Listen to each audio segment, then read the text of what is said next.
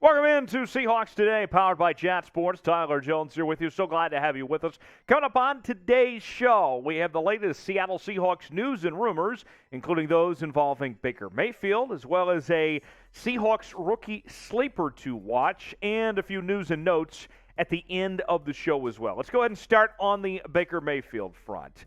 A new report from Pro Football Network's Aaron Wilson says there is mutual interest between both the Seattle Seahawks and Baker Mayfield. And at this point, folks, we're officially on Baker Mayfield watch, waiting for a move to go down one way or the other. Let's catch you up to speed on what has happened so far this week. CBS Sports' Josina Anderson on Wednesday reported that the Seahawks still have a high-level interest in Mayfield and that they would be open to not only trading for Mayfield, but also extending his current contract. He is going to be owed a little bit less than $19 million guaranteed this year, playing off that fifth-year option. And one of the new reports that we heard this week was that the Seahawks are still collecting information and insights to Mayfield, still ongoing. So they haven't got this done, obviously, but it's still a work in progress. The things are headed this direction. Here's more from Aaron Wilson when he reported from Pro Football Network just a little while ago. The Carolina Panthers, after holding trade discussions during the draft regarding Mayfield that didn't come close to a deal, are not regarded as a likely destination as another potential trading partner, the Seattle Seahawks. So, with that said, what have we talked about with these Mayfield rumors for a while? That it was likely going to be either the Panthers or the Seahawks, and according to Wilson, the Panthers are out. So, with that said, the Seahawks. Should the Seahawks make this happen? Should they pull the trigger and bring in Baker Mayfield? Let me know in the comment section. This is our pinned comment today. Type HY for hell yes. Type HN for hell no. You're about to get an ad break. Take advantage of it. While the ad's playing, get your votes in. Tell me one way or the other. HY, hell yes for Baker Mayfield. HN, hell no for Baker Mayfield. I know that we got some passionate fans watching that are going to feel strongly one way or the other. So let that passion show and let me know how you feel on this one. So here's the deal. The way this all comes down to, for me, is that there is a simple question for Seahawks management when it comes to if they should make this move for Baker Mayfield or not. And that question is, can Baker Mayfield win games long term? If that's something that you are confident in, that you feel that this is a guy that is not just a rental, but something for the long term, then you go ahead and make this move. But if this is just the idea of being a one-year rental, don't bother and make that move. Go ahead and sacrifice this year, take the draft capital, and prepare yourselves for next year. I only make this move if I truly believe that Baker Mayfield is the difference, that he is going to be the difference in taking this team to the next level. We've already seen that he can win playoff games. He's been there before, done that. And so for me, I would make the move, but I don't make these decisions, obviously. This is up to Seahawks management to decide.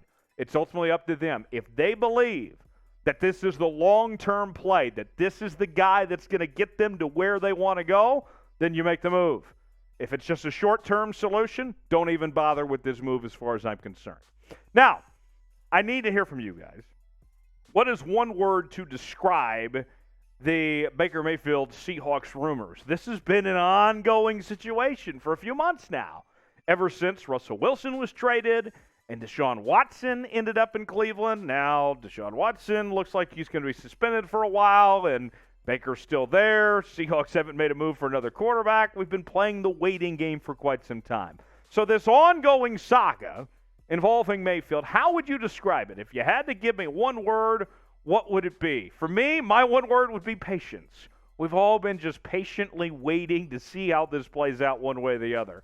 And I got to tell you, patience isn't easy. It's not easy to deal with, but damn it, we're stuck with it, right? So let me know what your one word is to describe the Baker Mayfield Seahawks rumors.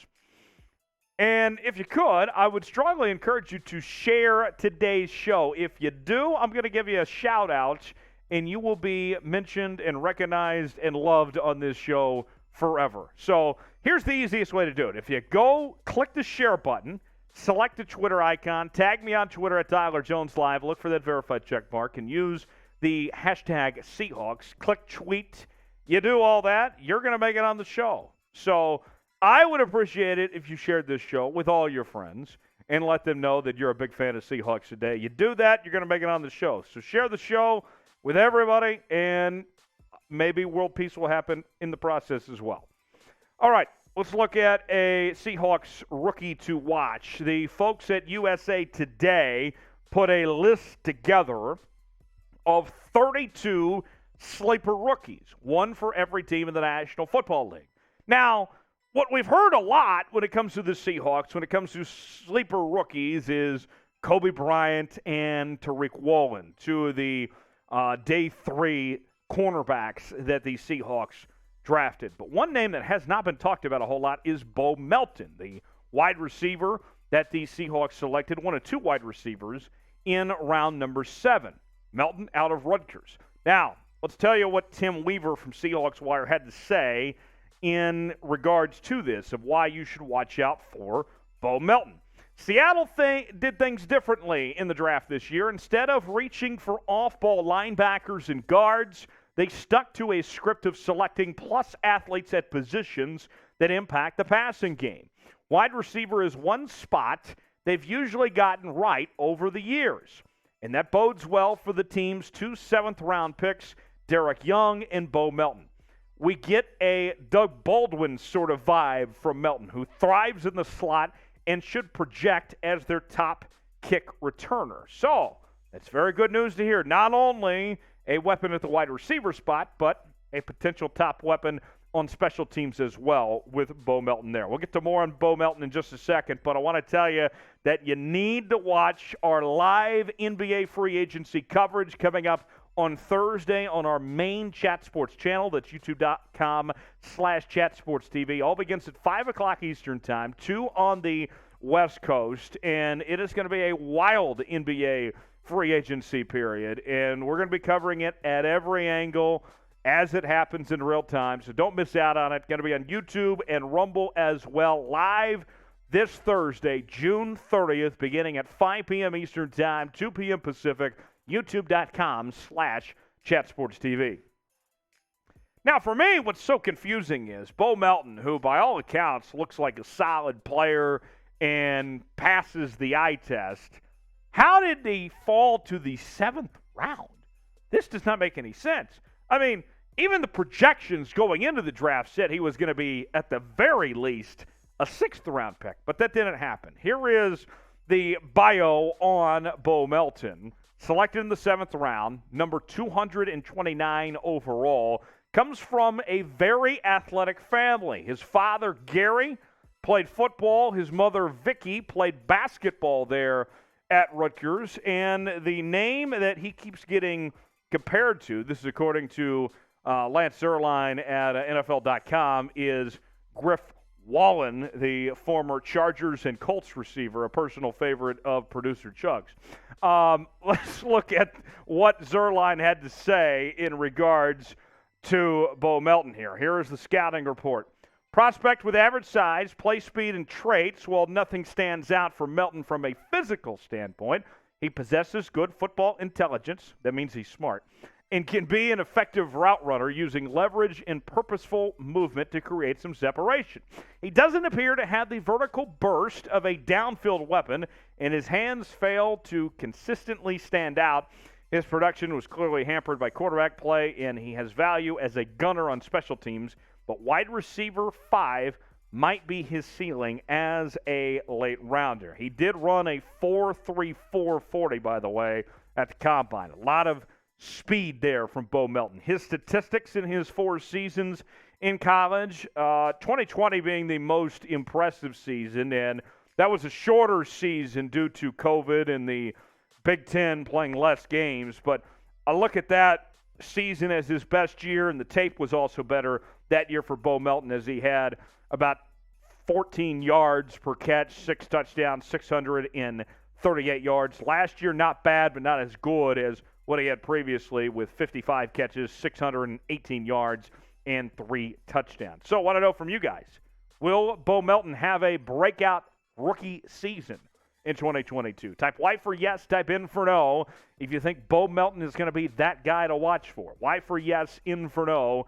if Bo Melton will have a breakout rookie year. We are covering the Seahawks each and every day here on the channel. Go ahead and subscribe now if you have not done so already. Turn on those notifications as well. YouTube.com/Seahawks TV. We're counting you down to training camp as well as the start of the regular season. We will never miss a moment and cover all the latest happenings on your Seattle Seahawks. The channel for you, the fan.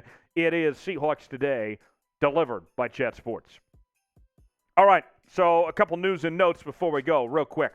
Training camp, we now know when it's going to happen. Rookies and veterans will report at the same time. That will occur on July 26th there in Renton, Washington. Right on the water is where they'll be having training camp there. Everybody getting there at the same time. Also, one more note on the roster front. The Seahawks made a move as they have waived offensive guard Pier-Olivier Lestage, and now the Seahawks have 2 open roster spots. Rosters right now are at 90 apiece, so that means the Seahawks have 88 players in the roster. Obviously, they'll have to cut that down before the season begins, but they do have some spots to get some guys in to try to compete to make the final roster when it's all said and done. Also, real quick, if you haven't already, share today's show. You'll get a shout-out. Click the share button. Select that Twitter icon. If you tag me and use hashtag Seahawks and tweet it out, then we'll shout you out on the next show. Thanks for joining us. Have a great weekend.